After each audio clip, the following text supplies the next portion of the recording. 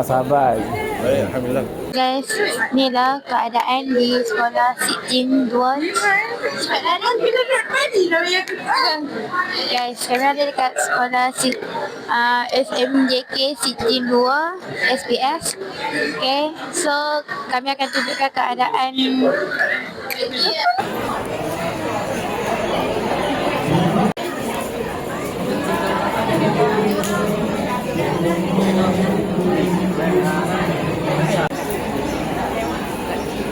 Tahun perempuan pun akan bermain acara berpasang.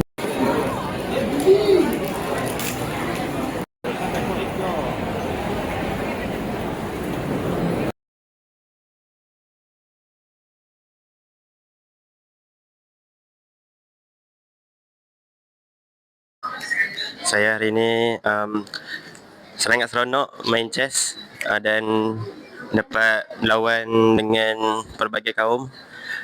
Saya menang 5 kali, kalah 2 kali. Dan saya harap esok yang tak main boleh buat yang terbaik macam saya. Kita dah menang, fikir menang ni. Jadi boleh sambung menang. Boleh ke Andrea. Saya tak tahu mana tahap saya boleh. Okay, kami seri 2 besok kami akan berlawan lagi secara individu.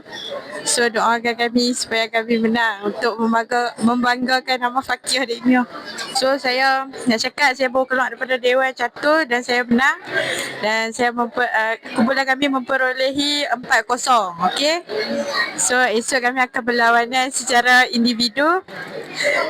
Jadi doakan kami supaya kami dapat menang dan membanggakan nama sekolah Fakir Remio. Sekian, terima kasih. Assalamualaikum. Hari ini kami bermain catur di sini. Alhamdulillah semuanya telah selesai dan perasaan saya sangat seronok.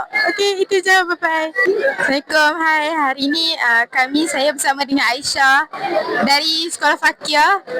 Saya sekolah STJ. Hari ini saya berjumpa dengan kawan saya walaupun saya tak lawan, tapi saya sangat berbangga dengan Aisyah.